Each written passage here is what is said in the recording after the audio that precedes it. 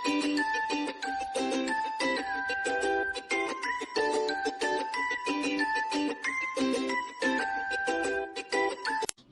दादी बनने वाली है। भगवान ने आपकी सुन ली। आप चाहती थी ना कि घर के आंगन में बच्चे खेले। सास खुश हो जाती है, लेकिन मन में होता है कि काश बड़ी बहू भी प्रेग्नेंट हो जाती तो उसे भी अच्छा लगता। देख बहू, ये तो काफी खुशी की बात है। बस तू ना एक काम कर, इस बात को धीरे से ही बड़ी को भी बता दे। तू तो जानती है ना, 12 साल हो गए उसकी शादी को। लेकिन वो तो ठीक है माँ जी, पर मुझे लगा खैर ठीक है। छोटी बहू कमरे में चली जाती है कि थोड़ी ही देर में बड़ी बहू आ जाती है। माँ जी मैं माँ बनने वाली हूँ। भगवान ने मेरी सुन ली। माँ जी मैं बहुत खुश हूँ। ये सुनकर सास के दिल में तो मानो 100 पावर का बल्ब ही जल जाता है। वो खुशी से चिल्लाने लगती है, मुन्ना सोनी रानू सब आ जाओ। अरे मैं तो कहती हूँ लड्डू बनाओ। अरे लड्डू नहीं, हलवाई बिठाओ। मेरी बहू है माँ बनने वाली है और मैं दादी। छोटी बहू को कमरे में आवाज आती है। वो खुश हो जाती है कि घर में उसके बच्चे को लेकर खुशी का माहौल है। वो बाहर आती है तो बड़ी बहू सास के पास बैठी होती है। छोटी को देखकर बड़ी कहती है, तुमको भी बताई, तुम भी तो कुछ बनोगी ना। छोटी को कुछ समझ में नहीं आता। बहू अच्छा हुआ तो आ गई, ले लड्डू खा।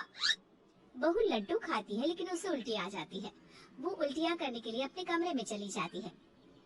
लगता है माँ, इसे हमारे घर की खुशी बर्दाश्त नहीं हो रही, वरना ये कैसे लड्डू खाती थी, याद है ना। सास को भी याद नहीं रहता कि छोटी भी माँ बनने वाली है। अरे छोड़ ना बहू, तू टेंशन ना ले किसी बात की।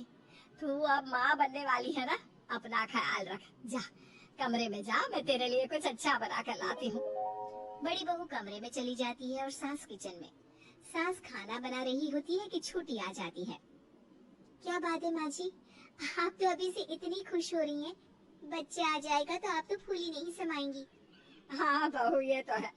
बहुत साल से वो बच्चे का इंतजार कर रही थी। वैसे भी बड़ा मेरा फेवरेट बेटा है, तू तो जानती है ना। छोटी को कुछ समझ में नहीं आता। क्या मतलब माँ जी, उनको इंतजार था? कहीं आप ये तो नहीं सोच रही कि मैं अपना बच्चा बड़ी भाभी को दे दूंगी? तभी वहाँ बड़ी आ जाती है।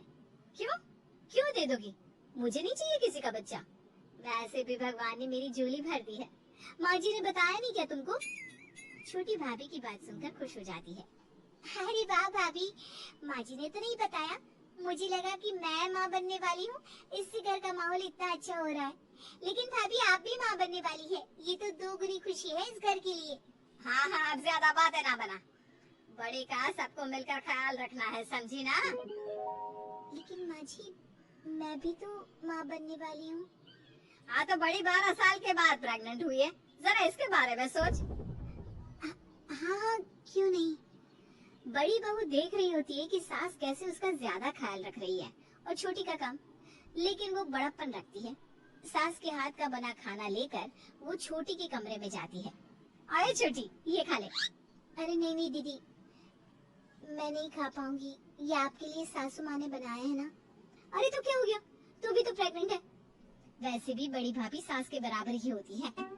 छोटी को अच्छा लगता है। वो बड़ी भाभी के हाथ से खाना खा रही थी कि सास आ जाती है। अरे ये क्या कर रही है छोटी? उसे खिलाना चाहिए तो तू खा रही है, कुछ तो शर्म कर ले, वो प्रेग्नेंट है। सास ये बोलकर कमरे के अंदर आ जाती है और छोटी को हल्के से धक्का देकर बड़ी को बेड पर बिठा देती है। छोटी बहू गिरने ही वाली होती है कि उसका पति उसे पीछे से सहारा दे देता है। अरे छोटी क्या हुआ, चोट तो नहीं लगी? बड़ी ये बोलकर खड़ी ही होने वाली होती है कि सास उसे पकड़ लेती है। बहू तू चल, इस कमरे में उसका पति आ गया है, वो ख्याल रखेगा उसका। हाय रे, कैसी सास है ये। छोटी को समझ में ही नहीं आता कि वो क्या करे। रहने दो, इसकी आदत डालो। इस घर में भैया और उनके परिवार के सिवा माँ को कभी कुछ नहीं देखा।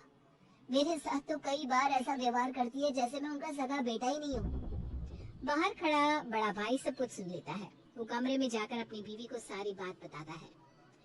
देखिए माँ जी की ये हरकत तो बिल्कुल ठीक नहीं है, लेकिन हाँ, हम दोनों मिलकर छोटे और उसकी बीवी के लिए सास ससुर की जिम्मेदारी उठा सकते हैं। वो छोटा है आपसे, उसकी बात का बुरा मत मान ले। ठीक कहती हो तुम। अगले रोज घर में कीर्तन का कार्यक्रम होता है।